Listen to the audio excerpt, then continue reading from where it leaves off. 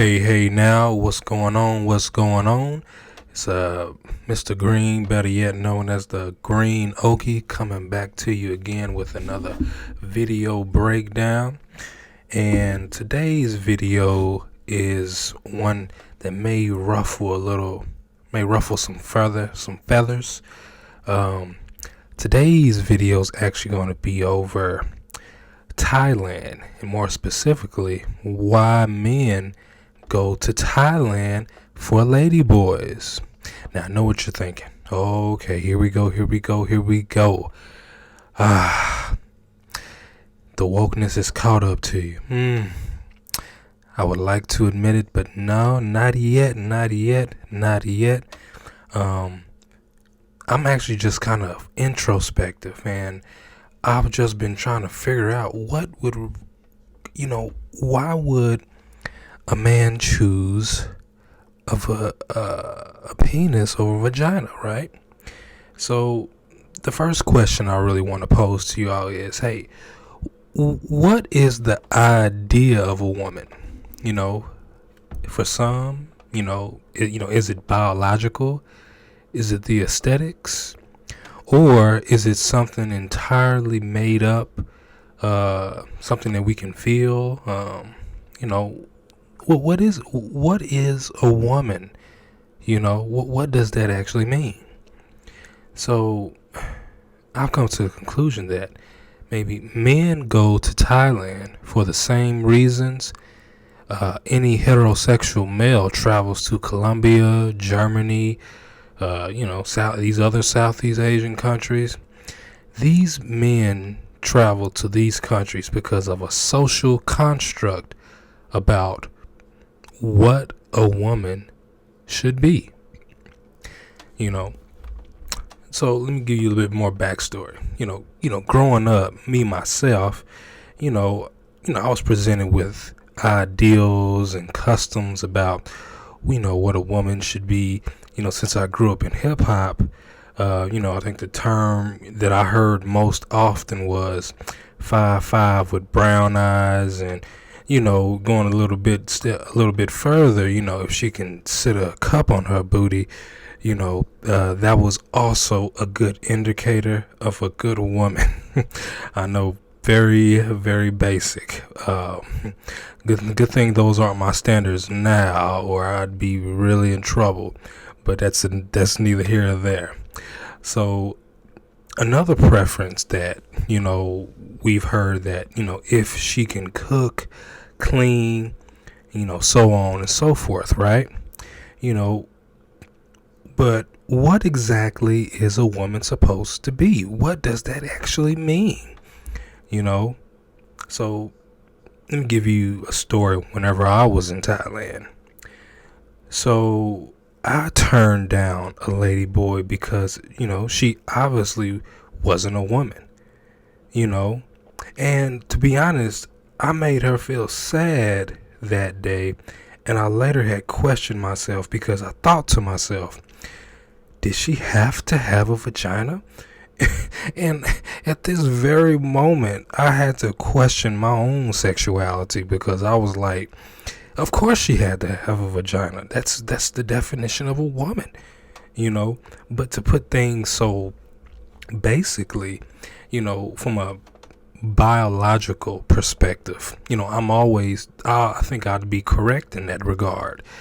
But if it was simply, do you have a vagina and that's it, then, I guess marriage wouldn't be so complicated, and, soulmates wouldn't be so hard to find, and, I guess, divorce rates wouldn't be so high, all those type of things. Because if it was simply that you go out there, find a person with a vagina, that'd be it. You simply go out there, find a person with a penis or whatever, that'd be it. We still shouldn't have so many societal problems, right? So it simply just can't be biological of what makes a woman, right? So what I want to go kind of deeper into in this video is kind of unraveling my own social constructs that shaped my views on what a woman should be.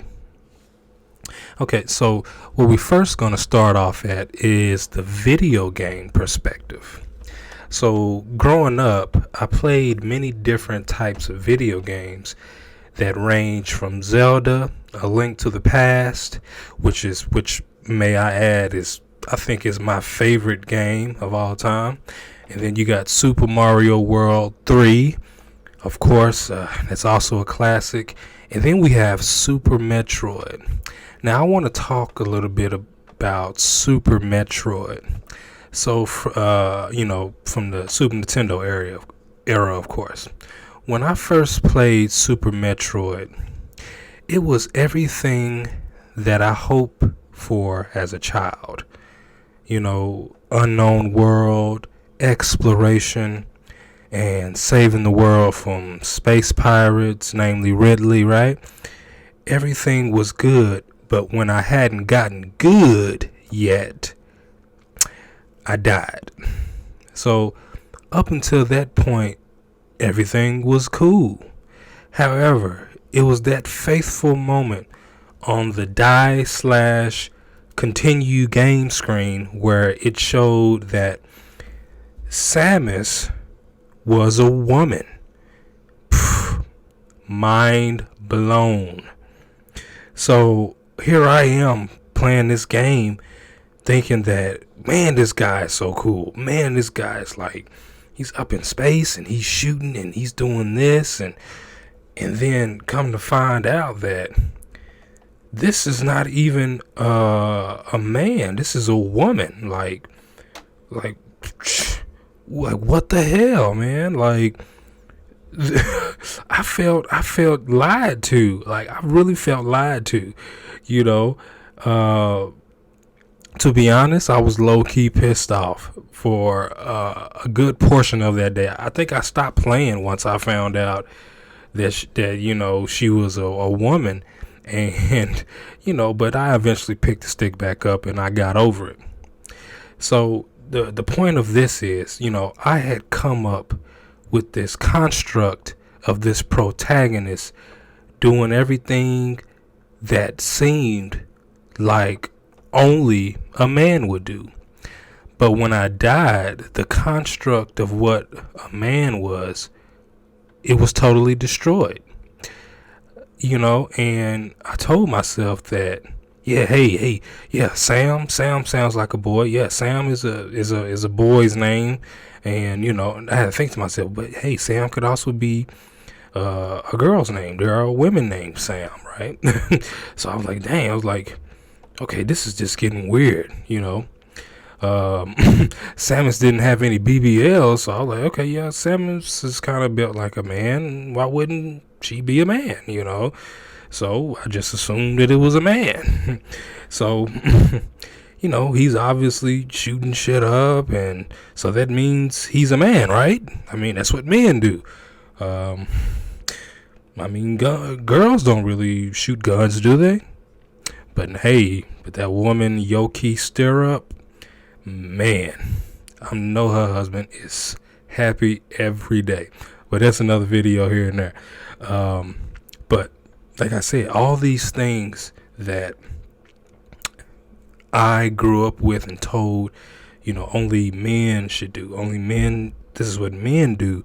I think we're now in a day and age where our infrastructure here in America has progressed so much, and our ideals about maybe our roles in society has come such a long way that the lines of what men and women should do are blurred.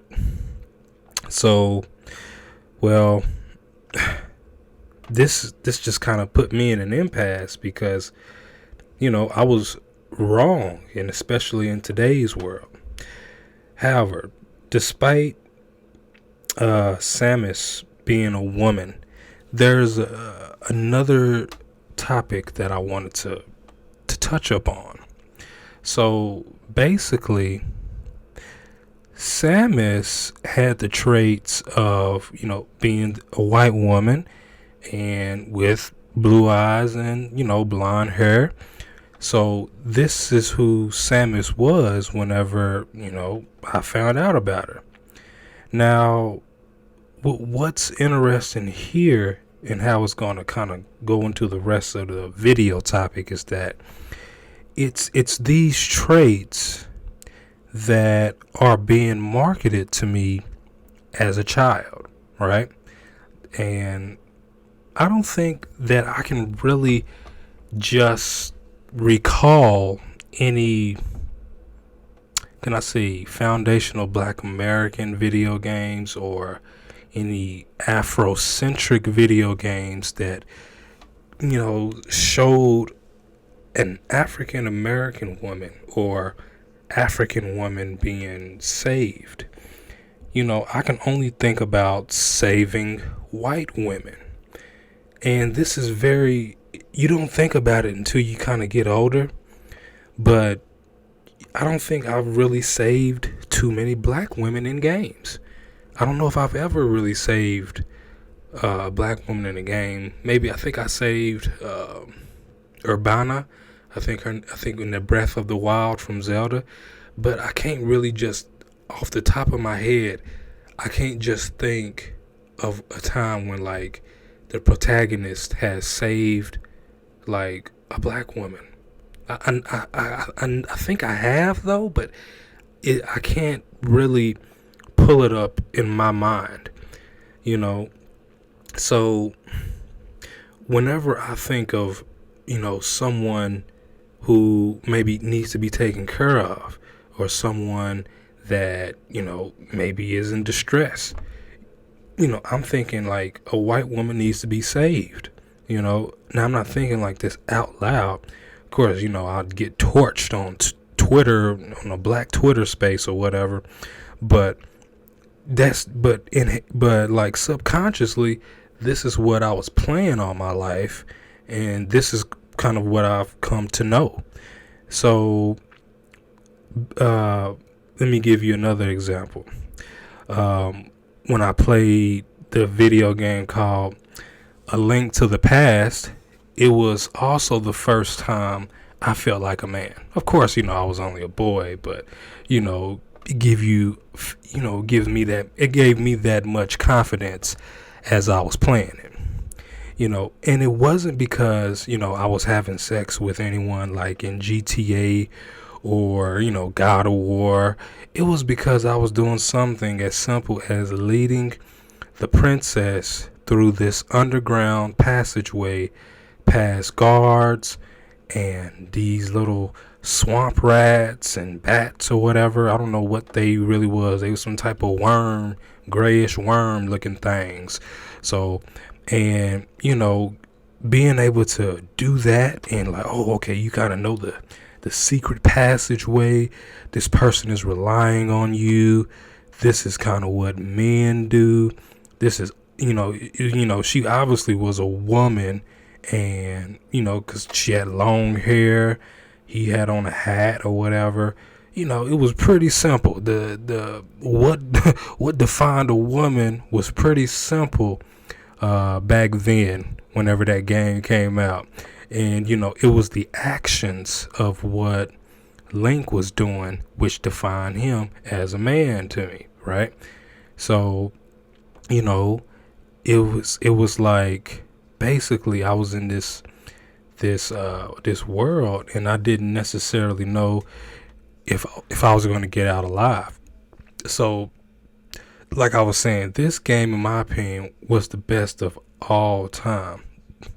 But it wasn't until I got older where I started, having, Zelda started having more 3D features, and, having her face mapped out a little bit more.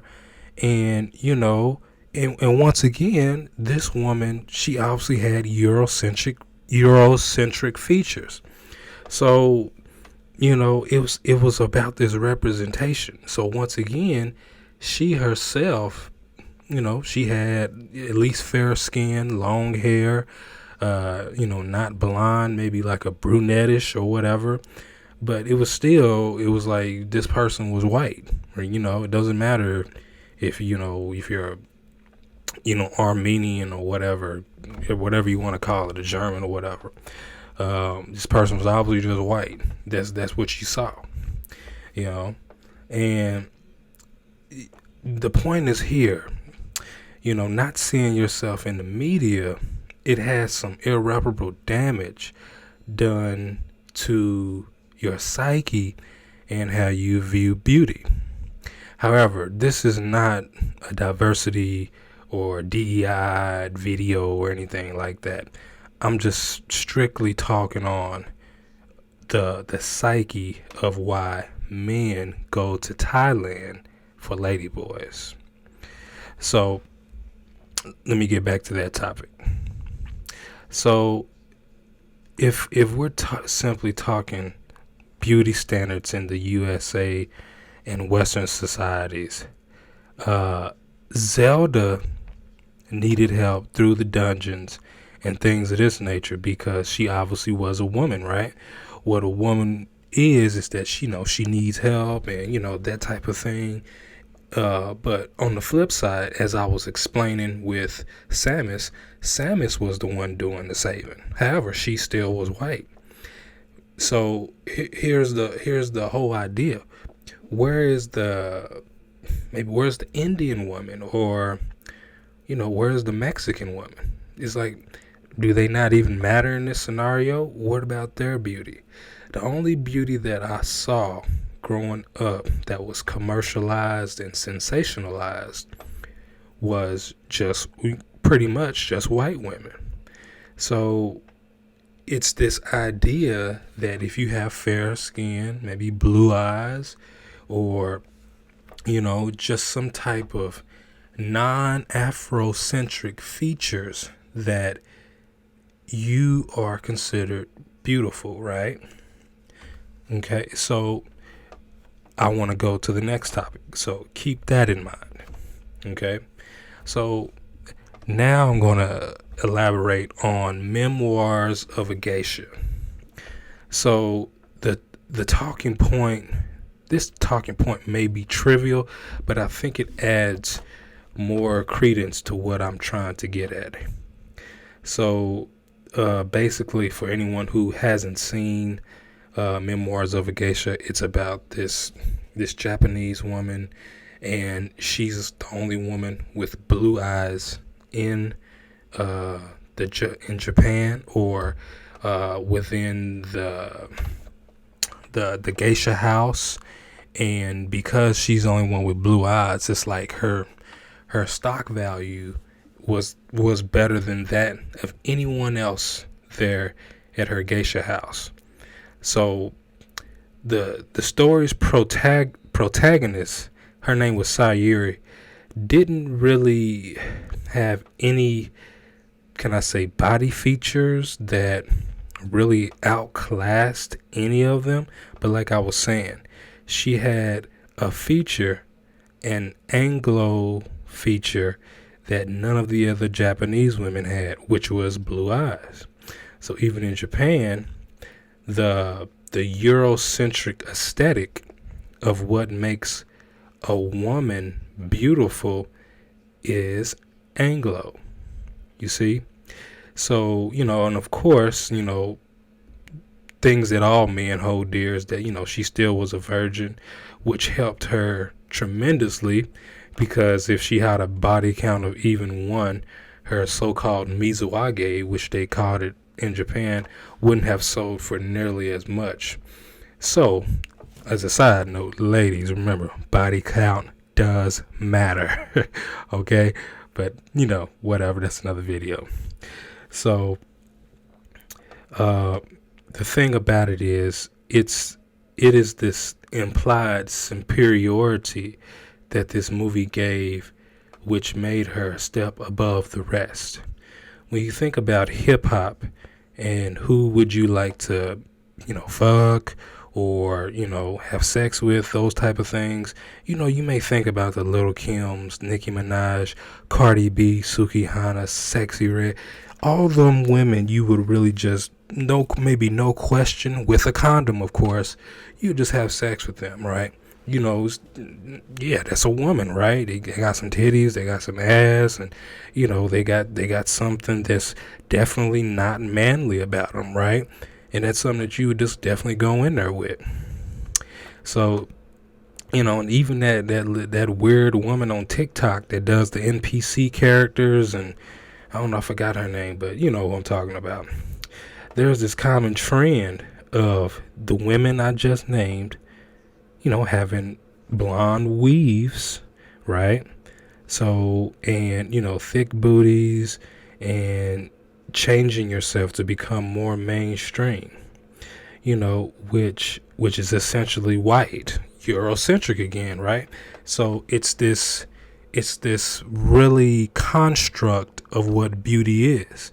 And since African features are not really considered for, can I say, anything more than maybe a short-term gratification, it's features that, well, if we change our hair color to red, if we change our hair color to blonde, if we kind of look like we got some blonde on, we look better. And I mean, even if you go back to watching the Players Club, that woman I think her name was Ronnie, when she had on that blonde wig, I thought she was gorgeous, and, she had on a blonde wig though, right? And, she had fairer skin, right? And even Lisa Ray, right?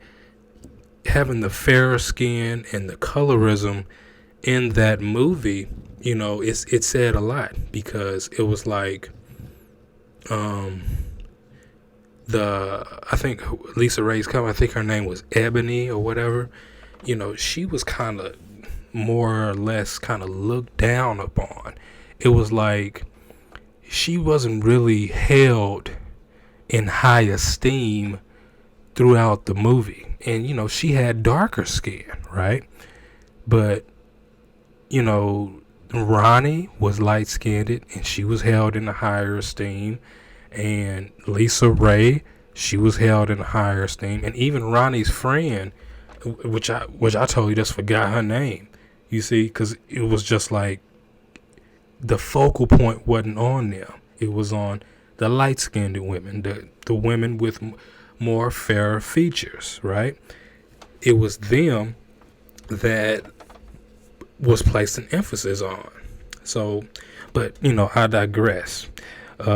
So here, what I want to move on to now, I want to talk about, having these mainstream characters like the Nicki Minaj's and all them, they kind of have an embodiment of anime characters, right? Something that we've all, if you're a video game nerd somewhat like me, then, you kind of come to know and love. So we've really only seen black women become more accepted for their bodies because of Kim Kardashian, right? Kim Kardashian has not only stolen the look of white women and made the standard of white women fit her narrative, but she has also shifted the narrative that black women's bodies are unwanted. Now she gives credit to black women for inspiring her, but she nevertheless helped monopolize beauty in herself. So, and she kind of did this by co-opting black women's bodies and taking and mixing it in with white beauty. So basically, essentially, for you, the new standard, the new modern type of woman is that, okay, you have to have, foundational black American features, Afrocentric features, but you have to have fairer skin, right? So basically, it's almost like if you have this combination of a body, and in this combination of a skin tone, then you are a premium here in America. However, if you're just a regular black woman with Afrocentric features, you have a little bit more respect than you did in the past, but it's still going to pale in comparison because you don't have fair skin. So it's this idea of, or this construct of what beauty is now, right? So as you see, the ideas and what constitutes beauty is changing over time, right? Because it used to be where, okay, white women, they're supposed to have slim bodies, and okay, I think breasts were okay, but they weren't supposed to have any ass, right? But now it's like everybody wants the ass first. If you have breasts, it's cool, maybe not. It just depends. But it's almost like if anybody, in order to be kind of considered beautiful, you have to have an ass, and you have to have some fair skin or whatever, right? You basically have to have that Kim K look, and that's, she was also kind of responsible for the BBLs and whatnot. So, essentially, what does this video games and memoirs have to do with Ladyboys, right? Everything that we have been talking about is a construct and nothing set in stone. The very foundation of beauty is just something that varies with time. Let's have like a little gay test, a queer test, if you may. If you're staring into the queer or whatever. Let's say Leslie Jones has the most wettest vagina, and it was measured in decibels. Decibels mean wet vagina or whatever. The feeling of insertion, and then let's pit her against Kate Beckinsale. And, let's act like Kate Beckinsale has the worst vagina in the world based on decibels, wet vagina or whatever. So which of the two would you take on a date and marry, and which of the two would you only have sex with and possibly not tell? Which one would you have sex with, date, and marry? Okay? Maybe is it too extreme of an example for you? Do I need to kind of put things back in, can I say, a fairer perspective? Okay, how about this? Okay, Janet Jackson versus Kelly Rowland. Same questions, which one would you date? Which one would you marry if you had to, right? So Kelly Rowland, she is a beautiful black woman, but what about Janet Jackson? Who is closer to having more Eurocentric features, like I was saying, as far as the Kim Kardashian model type, right? Now, Kelly Rowland, she's more Afrocentric than I would say Janet Jackson is, right? Janet Jackson has given off, she's, whether she's wearing makeup, whatever, she's a bit fairer and in the skin, right? So in our society, the foundation of Black American society, even if you have just a tad bit more fairer skin, it's almost like a 360 turnaround. It's almost like you look that much better.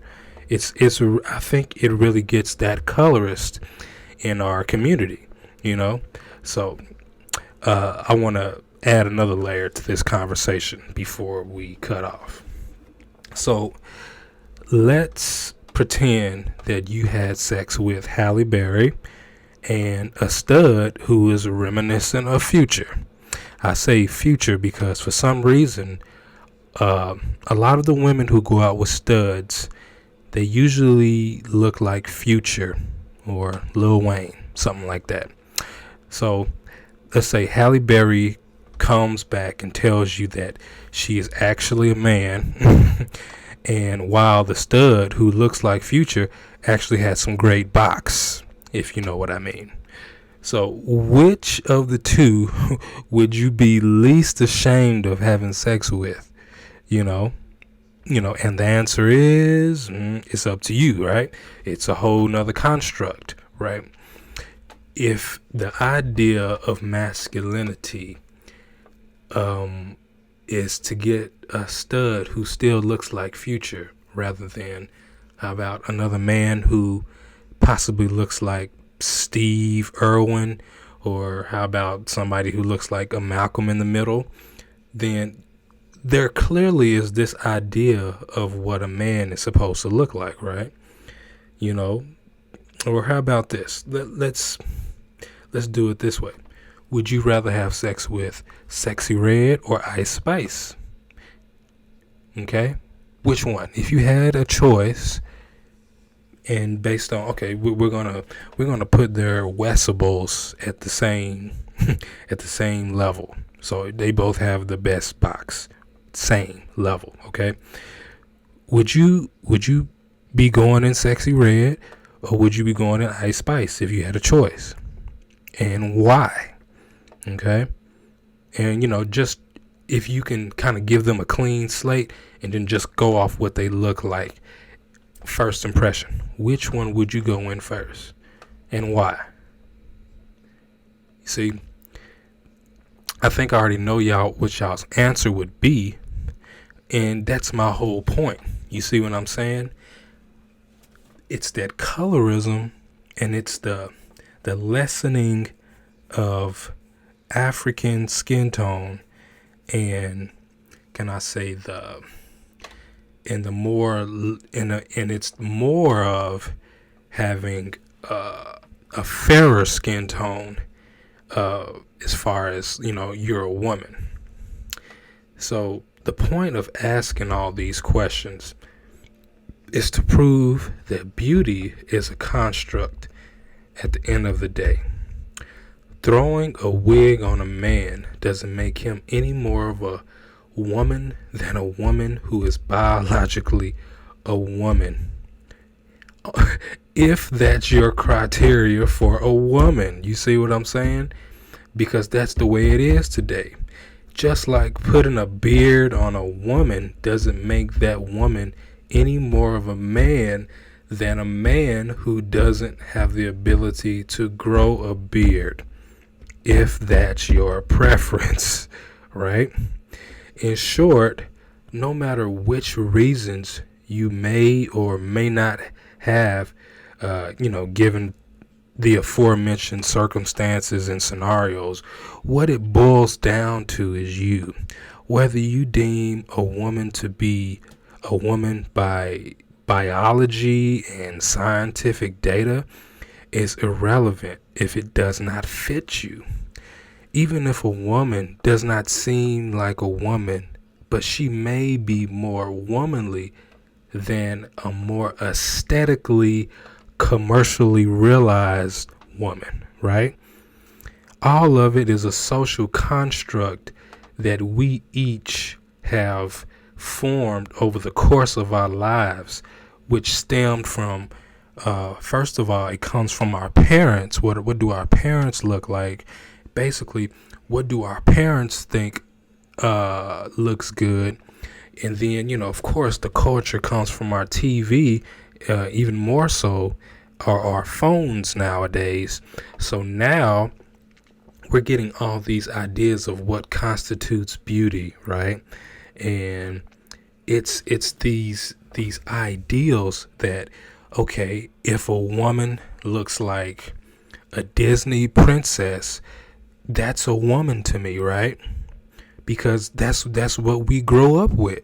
Now, if a lady boy is like looking like Future, or looking like what other studs are out there. I don't have any, I don't have any ones on the top of my head or something like that. Let's just say Lil Wayne or whatever. Okay, do you see Ladyboys? I mean, a lot of them dressing up as them. No, they're dressing up to try to fit the Eurocentric standard of beauty, right? And if your criteria is, okay, look as close as you can to Cinderella, Snow White, Maleficent, who else is out there? That Rapunzel. If that is our construct, then that's what constitute a woman. So at that point, it doesn't even matter what your biology is, because it's like off first impression, okay, this person is a woman just off first impressions. It's only after doing research and doing a deep dive. Oh, okay, you have an Adam's apple, you got some hairy legs that's usually come with a man, and okay, you got a little bit more extra muscle tone. Okay, now you're a muscle, right? Now you're a man, right? But then again, right, it's some women who have more muscle tone than men, right? But they still consider themselves women, right? So once again, it's like any argument that you can make for what really justifies a woman, besides genetics and biology, it can really just be kind of argued with and combated, right? And basically the men who go over there, they're going over there with like, okay, close enough. That's basically it. That's in a sense, that is it. Close enough. You know what I'm saying? And that's the whole reason why I think this whole thing of, I guess people going down there to Atlanta too, and it's a whole homosexual scene down there. I think it kind of has the same thing. It's the same difference basically. And then if you only like booty, then that's a whole nother. You definitely can't compete then, right? Because everybody got that, right? So I just want to end with this. So it's just a social construct that everybody has about what beauty is, love is, and what the opposite sex should be. But in the end, what it comes down to is each individual person and what makes sense for them to justify their happiness. Thanks.